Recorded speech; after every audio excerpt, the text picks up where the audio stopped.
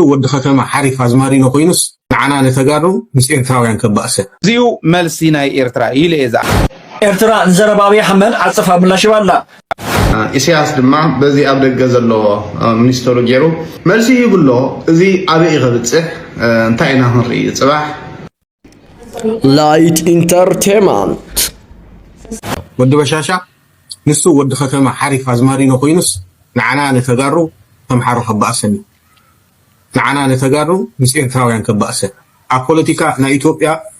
أنا بقلت سلاززارب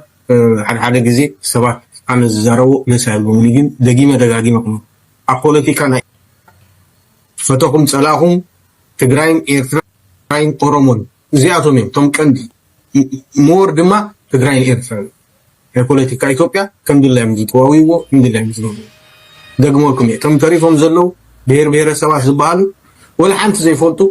أب عدهم أمريتهم حنت معلتو هنا تخيلها زي تفلت إثيوبيا نتبهال حنتي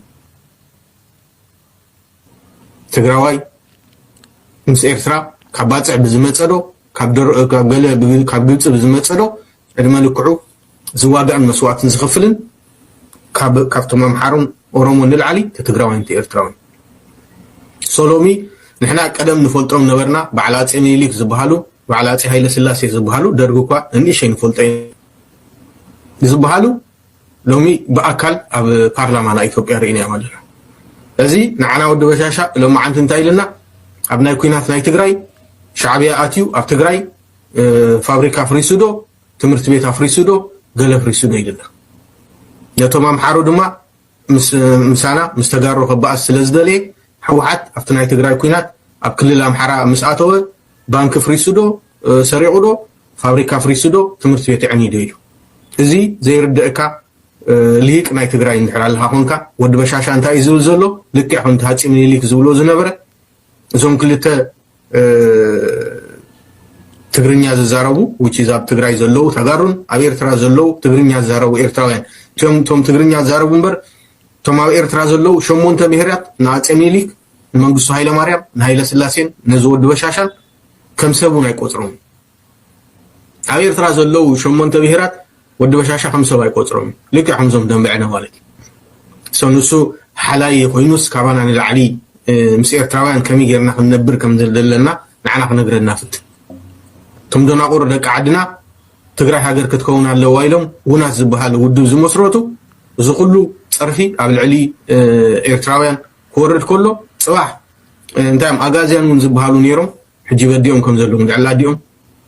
ሳቶሙን እዚ ኣብ ኤርትራ ዘሎ ህዝቢ ክጽረፍ ከሎ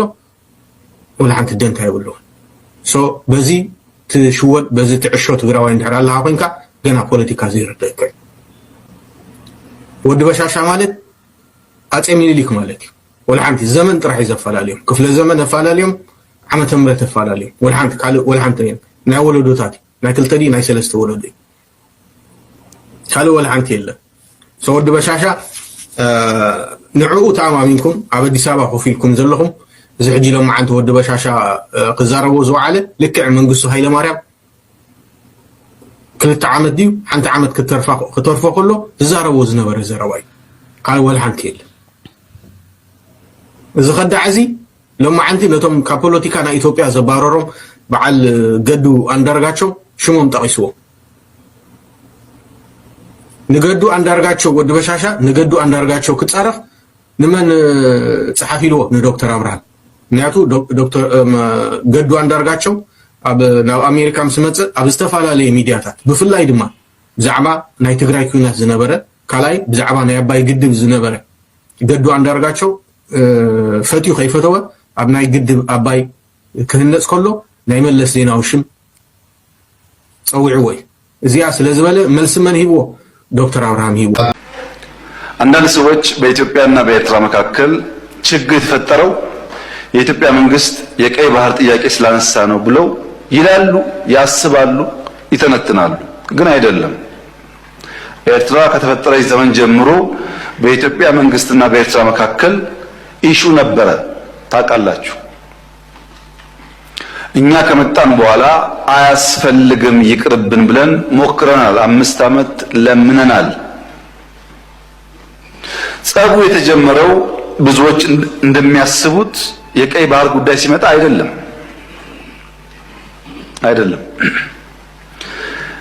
በትግራይ ውጊያ ሲጀመር የመጀመሪያው ዙር ውጊያ ሽሬ ካስለቀቅን በኋላ የኤርትራ ጦር ከኋላ ኋላ ተከትሎ ሽሬ ገብቶ የአንዳንድ ሰዎችን ግለሰቦች ቤት ማፍረስ ፎቅ ማፍረስ ሲጀምር ጸብ ተጀምሯል። አልተናገርንም እንጂ አክሱም ይዘን ስናልፍ አክሱም ገብቶ ወጣቶች በጅምላ ሲረሽን ጸብ ተፋፍሟል። አድዋን ይዘን ስናልፍ አድዋ ሄዶ ፋብሪካዎች ሲፈታታ ሲሰርቅ ጸብ ተጋግሏል። አዲግራት ደርሰን የመድኃኒት ፋብሪካውን የሚነቀለውን ነቅለው የማይነቀለውን ሲያፈራርሱ ጸቡ ጫፍ ደርሷል። ግን የኢትዮጵያ መንግስት ያኔ በዚህም ለመዋጋት ብቃት አልነበረው። ውስን ኃይል ነበረ። ሽሬን ከያዝን በኋላ ያጠቃነውን ጣት እንከተል ነበር እንጂ የያዝነውን ቦታ እያጸናን አንሄድም። ይህ ጉዳይ የተከበረው ምክር ቤት ለዛሬ ዋጋ የለውም። ለታሪክ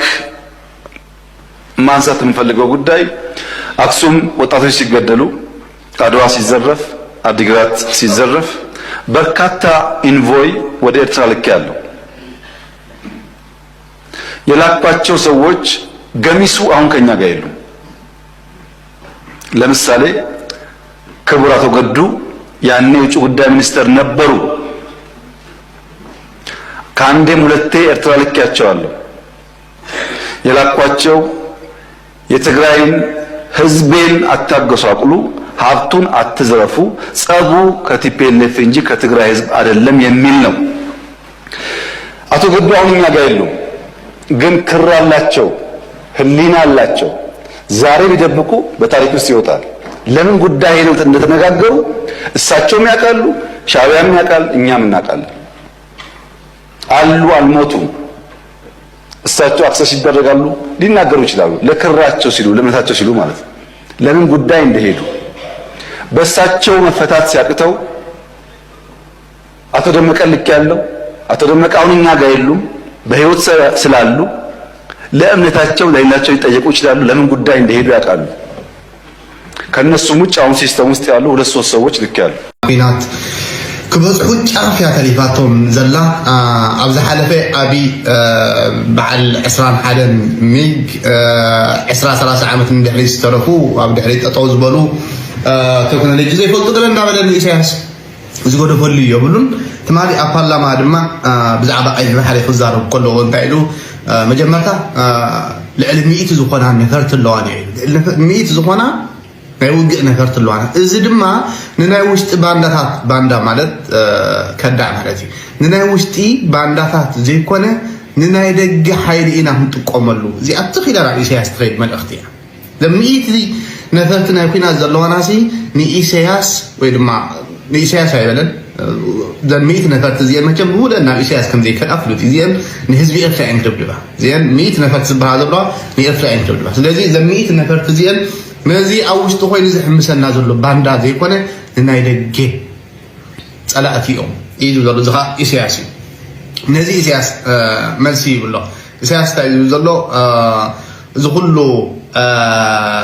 ክሲ ዘቕረበልና ኣብ ሽረ ሰሪቆም ኣብ ዓድዋ ከምዚ ገይሮም ኣብ ኣክሱም ሰብ ቀቲሎም ዝበለና እዚ ኮነ ኢልካ ኣብ ልዕልና ኩናት ንምእዋይ እምበር ኣብይ ኣሕመድ ብላዕለዎት ሓለፍቲ ናይ ሰራዊቱ ባዕሉ ኣብ ፓርላማ መፂኡ ንህዝቢ ኤርትራን መንግስቲ ኤርትራን ሰራዊት ኤርትራን ህዝቡ ስለ ዝጨፍጨፈሉ ህዝቡ ስለ ዘሳቀየሉ ደቂ ኣንስትዮ ስለ ዝዓመፀሉ ባዕለ እዩ ዝብሎ ዘለኹ እዚ ከምኣ ይብልኒ የማነ መንከኦት ወድሓና ዓዲ ኣመስጊንና እዩ ተንኪው ኢልና እዩ ሓቂ ኢኻ ኣብይ ኣሕመድ ትማሊ ኣብ ፓርላማ ኣብዛ ትማሊ ኣብ ፓርላማ ትማሊ መፂኡ መባኣሲ ካልእ ትርክቲ ፈጢሩ መፂኡ ኣነ ንህዝቢ ትግራይ ክብል እየ ምስ ኢሳያስ ተባኢሰ። ስለዚ ህዝቢ ትግራይ በጃኻ ትረድእና ኣነ ኮንኩን ገበን ፈፂመ ገበን ዝፈፀመልካ ኣብ ልዕሊኻ ጆኖሳይድ ዝፈፀመ ኢሳያስ እዩ ኢሉ መፂኡ ሕፍር ከይበለ ቴንኪው ብዝበሎ መልሓሱ ቴንኪው ኣብ ዝበሎ ፓርላማ ንሻዕብያ መፂ እንደገና ጆኖሳይደር ገይርዎ መፂ ሕጂ እንታይ እዩ አብይ አሕመድ እዚ ክዛረብ ከሎ መቸም በቃ እቲ ማዳና ይጎፁ ጎሊህ ይዝረብ ብሕርቃን ይዛረብ በቃ ናቱ እቲ ኢሳያስ ዝፀረፎ ንዕኡ ይሕምወይ አብይ አሕመድ ካብ ኢሳያስ ንላዕሊ ቂመኛ እዩ ካብ ኢሳያስ ንላዕሊ ሰነፊ ኢሳያስ ሰነፊ ኢልዎ ላዕሊ ሰነፊ ስለዚ መዓስ ይጅምር ይዳ እምበር አብይ አሕመድ ንኹናት ተዳልዩ ከም ዘሎ በቃ ርጉስ معاسيون إيرترا وين تقرأ يوري كان دقن مس إيرترا أو كينات كأتو أو شافكم زلوا تماري أبدنا في برلمان سمعنا يينا إسياس لما بزي أبدا جزلوا منسترو جيرو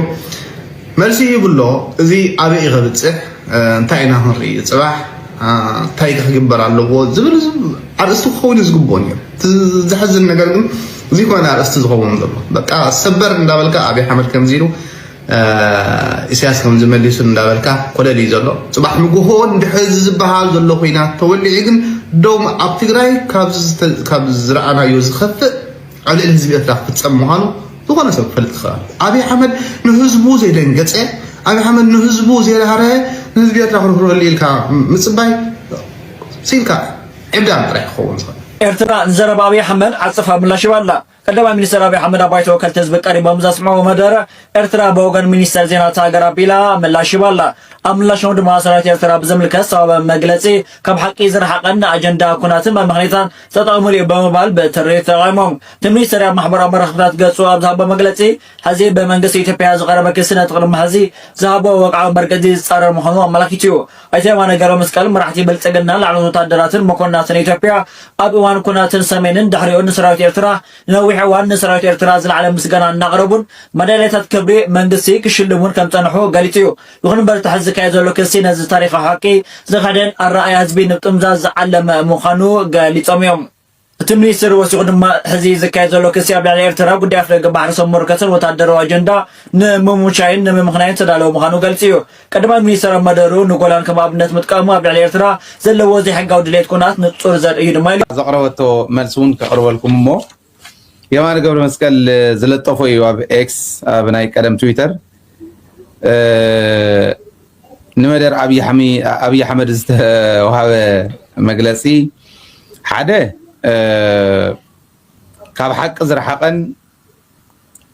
ናይ ጦርነት ምኽንያት ምድላይን እዩ ኢልዎ ካብ ሐቅ ዝረሐቀ እዩ ናይ ኩናት ምኽንያት እውን እዩ ዝደሊ ዘሎ ይብሎ ካብ ናይ ቅድሚ ሕዚ መትከሎም እውን ዕርዩ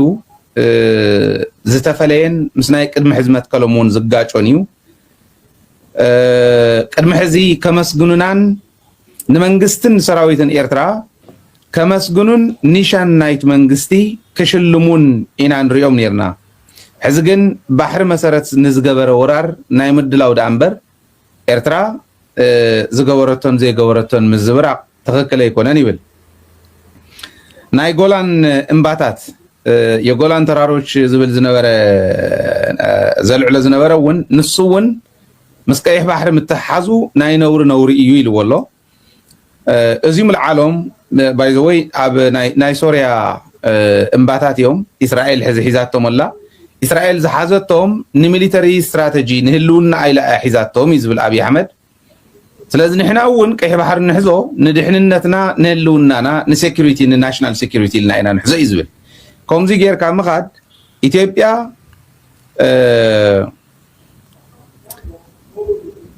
ንኤርትራ ናይ ባሕሪ ሕቶ ዓምሲላ ኤርትራ ንምጥፋእን ህዝቢ ኤርትራ ንምውራርን እትገብሮ ዳ እምበር እዚዩ ምንም ፍጹም ዝመሳሰል ነገር የብሉን ኢትዮጵያ ከም ኢላ ሃገር ጥሒሳ ላዕላውነት ጥሒሳ ናይ ሓንቲ ላዕላዊት ሃገር መሬትን ባሕርን ክወስድ እየ ክትብል ምስ ጎላን እምባታት እውን ከተወዳድር ኣይግባእን ነይሩ ይብል ኢትዮጵያ ኤርትራ ንዓመፅቲ ኣብ ኢትዮጵያ ንዘለዉ ዓመፅቲ ትህብያ ትሕግዝ እያ ትብል ኤርትራ ከዓ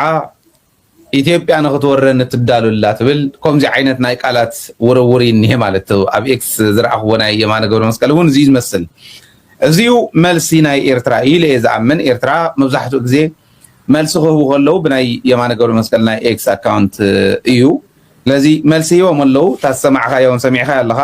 ሚኪውን ካፍቱ ዝበልክዎ ትውስኾ እንተሃልዩ ክትውስኺኻ ኣነ እውን ከሙጠልየ ንኣማኒኤል ግን ዕተዓድል ክበካ ኣንሚት ግበርሞ ሓሳብ ከኣብ ኦኬ ታንክ ጫፍን ገፍዐን ፈጺሙ ኢሉ ሰራዊት ኤርትራ እዚ ፈጺሙ ዲ ኣይፈጸመን ንሕና ተጋሩን ኤርትራን እዚ ብኸመይ ከም ፈትሐ ንዓና ይገደፍ መጀመርታ ብዚያ ግን እቲ ዕላማ እያ ዝብሎ ኣይፈጸመን ፈጺሙ ኮንኩን ድብሎ ኣለኹ እዚኣ ሰሚዕካ ይጋገየን እቲ ዕላማ ግን ስለምንታይ ከም ድብሎ ኣሎ ለዋህ ንለዋህ ትግራዋይ ከዳናግር ሓደ በታ ሓደ እውን ፀቕጢ ጌርካ ነቲ ሰራዊት ትግራይ እቲ ኣፈሙዝ ናብ ሰራዊት ኤርትራን ንምባል ምጥምዛስ ሕጂ እንታይ እዩ ሰራዊት ኤርትራን ሰራዊት ትግራይን ኣናቆይትካ ናይ ዝክልተ ዝሓይሊ ንምብርዓኒ ኦኬ እዚ ሓደ እታ ካልእቲ ርግቢት ከኣኒ ኣብ ሞንጎ ኣምሓራይን ተጋሩን ዘሎ ናይ ሰራዊት ትግራይ ኣብ ኣምሓራ ኣትዩ ግፍዕታት ቀቲሉ ዶ ከምዚ ዶ ኢሉ ንምሓራይ ተኣሽሙ ከፍጥር ማለት ጽልእን ሕርቃንን ኣቢሉ ሓቂ ንምንታይ ኣንጻር ኣብነ ብላለና ክብል ፋኖ ድዩ ወይ ህዝቢ ነቲ ፋኖ ፀቕጥህ ገብረሉ ዲ ኣንጻር ሰራዊት ትግራይ ክቃለስ ማለት እዩ ኣብ መወዳእታ ሳልሰይቲ ርግቢት ድበልክዋ ተዕጫ ታብልጫ ቀይሕ ባሕሪ መሓዝያ ነዚ ሰለስተ ሓይልታት እዚ ኣዳኺምካ ቀይሕ ባሕሪ ሒዝካ ንእስራኤልን ዩናይትድ አረብ ንኣሜሪካ ንምሃቢ ማለት ርክብ ምስ ኤርትራ ጠቃሚ ምዃኑ ምንም ዘዘራረበ ኣይኮነን ርክብ ምስ ኤርትራ ሰላማዊ ርክብ ምስ ዓፋር ጥር ትብል ባኒ ናብ ደቆም ይሕልፍ ምስ ዝበለ ስርዓት እናሃለዉ ዓፋር እውን ምስ ህዝቢ ዓፋር ሰላም ምግባር ኣብዚ እዋን እዚ ግን ትግራይ ናይ ህልውና ሓደጋ ስለ ዘለዋ ካብ ሓደ ማእከል ብዝተኻለ መጠን ምዞም ካልኦት ብቐጥታ ይኹን ብተዘዋዋሪ ክጎድእዋ ዝኽእሉ ዝገደደ ኣብ ፀገም ከእትዋ ዝኽእሉ ኣካላት ብጣዕሚ ጥንቁቕ ዝኾነ ዝበሰለ ርክብ ምግባር ኣድላዪ እዩ ባህላ እየ ኣነ ብርሑቕ እየ ዝሪኦ ሓደ ሓደ ሰባት ይግምቱ እዮም ከምዚ ኣነ ኢንሳይደር ምኾነ ንኣብነት እዚ ምስ ኤርትራ ህዝቢ ንህዝቢ ዝበሃል ፅምዶ ኣነ ምንም ፀገም የብለይን ክሪኦ ከለኹ ስጋኣታት ኣለዎ ሰባት ወይ ካብ ኣስመራ ወይ ካብ መቐለ እዩ ኦን ኦፍ ዝግበር ሁሉዮም ግን ብርሑቕ ክሪኦ ከለኹ ግን ኣብ ድንበር ዘለዉ ህዝብታት ምረኻቦም ተመሊሶም እውን እቶም መንግስታቶም ፅዕንቶም ምፍጣሮም ንሕና ብሰላም ኢና ክንነብር ምባል እንተነኣሰ ንእሽተይ ፅቡቕ ነገር እምበር ካብቲ ዝነበረ ዝገድድ ሕማቕ ነገር ይርአን ዘለኹ ስለዚ ሓቂ እዩ ኣብ ከምናህና ዝበለ ዓለም ኣብ ከምና ዝበለ ሃገር ኣብ ስልጣን ዘለዎ ኣካላት እንተይ ወልዎ እንተነኣሰስ ሰማያዊ ቀለም እንተይሃብዎ ግሪን ላይት ቀፅሉሉ እንተይበልዎ ኣይግበርን ይበሃል ማለት ኣስመራን መቐለን ዘይደልይወስ ፅምዶ ግዛዕ ባህል ይካል ነው ግሪን ላይት እንተሃዋነ ክፋእ የብሉ ማለት ኪዱ ተራኸቡ ምባሎም መኣስ እዩ ናብ ካሊእ ደረጃ ክበፅሕ ኣነ እርግፀኛ ኣይኮንኩን ንኣብነት መንግስቲ ኤርትራን ጊዜያዊ ምምሕዳር ትግራይን ኣብ ኣደባባይ ፅምዶ ክገብር ኣነ ይፅበዮን እንተ ዘለና ፀገም ዘራጉዳ እምበር ዘቃልል ኣይመስለንን እዚ ማለት ግን ምርዳእ ክህልወካ ይኽእል እዩ እቲ ኩነታት እዩ ዘይፈቅድ ኤርትራ ሃገር እያ ንሕና እውን ኣብ ትሕቲ ኢትዮጵያ ኢና ዝኒና ብሓደ ዓለም ለኸ ስምዕነት እውን ተሓፂርና ኢና ስለዚ ካብዚ ወፃኢ ካብዚ ተበኪስና ሕዚ ንገብሮ ብላው ዝኾነ ዝትግበር ፅምዶ ክንገብር ኣይንኽእልን ድልየት ግን ኣሎ ኢልካ ምስ እቲ ሓደ ወገን ምርዳእ ምፍጣር ፅቡቕ እዩ ንምንታይ እቲ ከባቢ ሰላም ንክኸውን ስለ ዝሕግዝ ከምቲ ናይ ቅድሚ ሕዚ በዚህ ጸላበቲ ከይሆንና መተንፈሱን ተረኸብና ስለዚህ ኣነ ብሓላፍነት ተዝህሉ እዚ ክንገብር ሕዘይ ንኽእልን ድሌት ካምሳና ይኮነን ካባኻትኩም ንሓተውን ነገር ኣሎ ኣይንሽፍኑን ምስ ኣዲስ ኣበባ ኮይንኩም ጀኖሳይድ ፈፂምኩም ኢኹም እሱ ብምርሳዕ ኣይኮነን ክደጋገም ግን ስለዘይንደልዮ ህልውናና እውን ክነረጋግፅ ስለዘለና ህልውና ናረጋግፅና እውን ፅባሕ ንግሆ ንዓኻትኩም ሕነን ክንፈዲ ይኮናን ኣነ ከምኡ ይሓስብን ስለዚ እዚ ኢልካ በቶም ዝግበሩ ዘለው ናይ ህዝቢ ርክባት ይኹን ብኻሊእ ምትእምማንን መረጋጋእን ምፍጣር እቲ ፖለቲካ መሪሕነት ሓላፍነት ኣለዎ ኢለ ይኣምን ካልኦት ሰባት ካብኡ ላዕሊ ከምዚ ኢሎም ይጥርጥሩ እዮም ይሓስቡ ኣነ ዝፈልጦ ነገር የብለይ እንተገይሮም እሰየው ኣብ ኣደባባይ ከምቲ ዝግበር ዘሎ ፅምዶ ፅባሕ ንግሆ ፅምዶ ፈጢርና ኢና ኣላያንስ ፈጢርና ኢና ዝብል ኣዋጅ ግን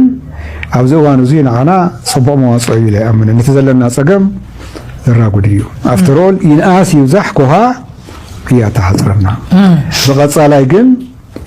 ሕዚ ብሰራዊት ርክብ ይግበር እዩ ይበሃል ሰራዊት እኮ ከይተናኮስ ርክብ ተዘይገይሩ ዳ ከመይ ገይሩ ሰላም ክፈጠር ድንበር ተናሰብ ስለዚ ካብዚ ሓሊፉ ግን ሓበራዊ ግንባር ምትሕግጋዝ ዛዕ ዝበሃል ነገር ኮሃን ጨሪሱ እንተፈሽሉ ትግራይ ከምዘይ ምዕዳል ኮይኑ ናብ ካሊእ ናይትሜር እንተኣቲና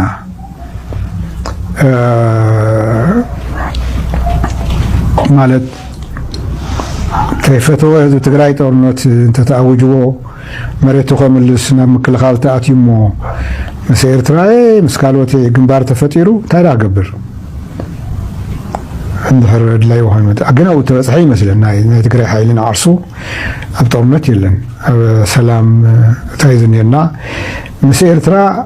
ተጠንቂቅካ ክትሓዝ ዝግብኦ ነገር እዩ ሓደ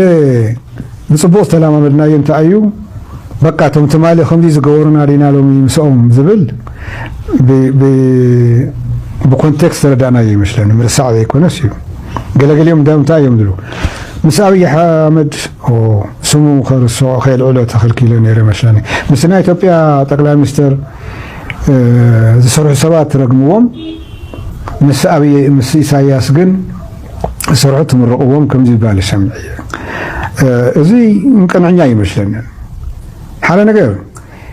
ምስ ኣብይ ኣሕመድ ምስራሕን ንኣብይ ኣሕመድ ምስራሕን ተፈላለዩ ኢልና ቀሚጥና ኢና ምእዙዝ ናይ ፒፒ ፕሮግራም ኣብ ትግራይ ዝፍፅም ኣካል ኮይንካ ደንጉኻ እውን ተሓወስ ምስ ጀኖሳይድ ሸጌርካ ምኻድ ንዓይ ትኽክል እዩ ኣይኮነን ኣይቅበሎን ምስ ኢሳያስ ግን ከምኡ ይርእን ዘለኹ ከምኡ ክርኢ ከሎ መዓልቱ እውን ብኣፍ መለ ንኢሳያስ ንስኻ ዝደለኻዮ ክንገብር ዝብል ኣካል ኣብ ትግራይ እንተልዩ